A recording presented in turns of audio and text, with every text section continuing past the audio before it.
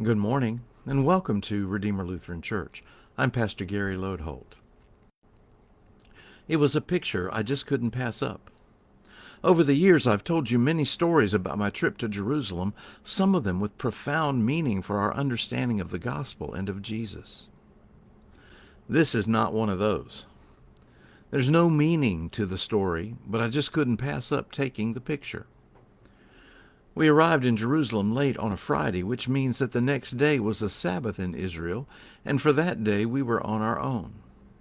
I wandered down into Old Jerusalem and walked around, and as I approached the marketplace, I saw a sign for one store, and I just had to take the picture. The sign hanging above the store said, "Money Changers." Now, of course, that made sense.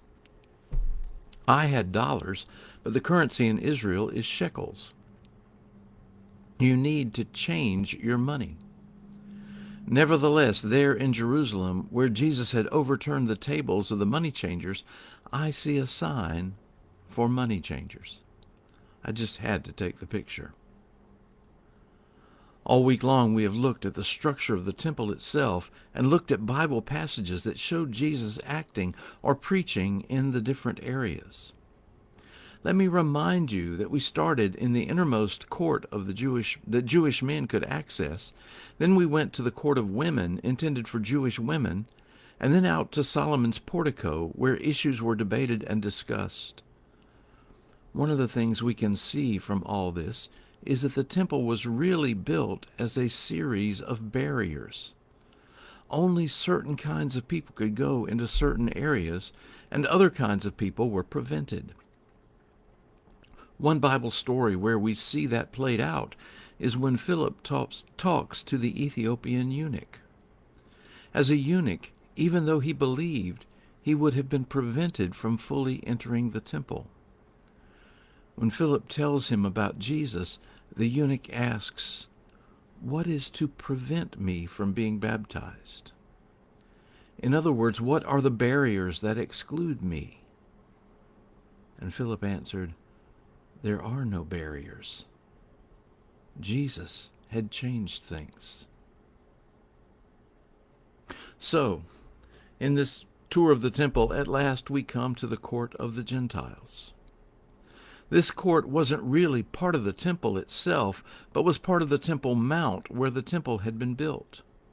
It was a large exterior courtyard that was open to all people, Jew and Gentile alike. It was a busy place with lots of coming and going, and even Gentiles who believed in God or had business there were welcome. Now, before we go any further, I need to mention how the temple worked. If you needed to make a sacrifice, you needed an unblemished animal to offer to the priest, who would take it inside the temple, make the sacrifice, and then come out and sprinkle some of the blood on you to connect you to the sacrifice. That's why the eunuch couldn't go in. He was blemished. So what happened if you didn't have an unblemished animal to offer? Well, they had them for sale right there in the court of the Gentiles, ready for you to purchase. The only thing was, you couldn't use your regular shekels to purchase them.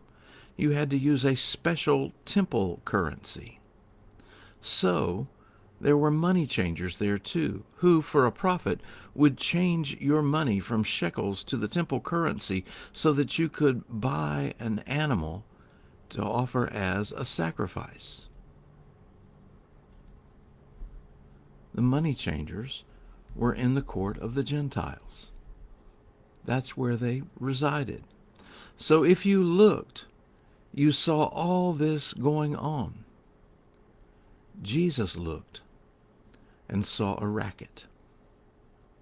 That's when he overturned the tables of the money changers and drove them out. Now, it's important to note that the scriptures tell us that he did this because he was consumed by zeal for God's house. God's house is a place of prayer, not a place for thieves, he said. The court where Jesus did this was the court of the Gentiles, the place open and available to everyone. And that's the point we have been building to all week.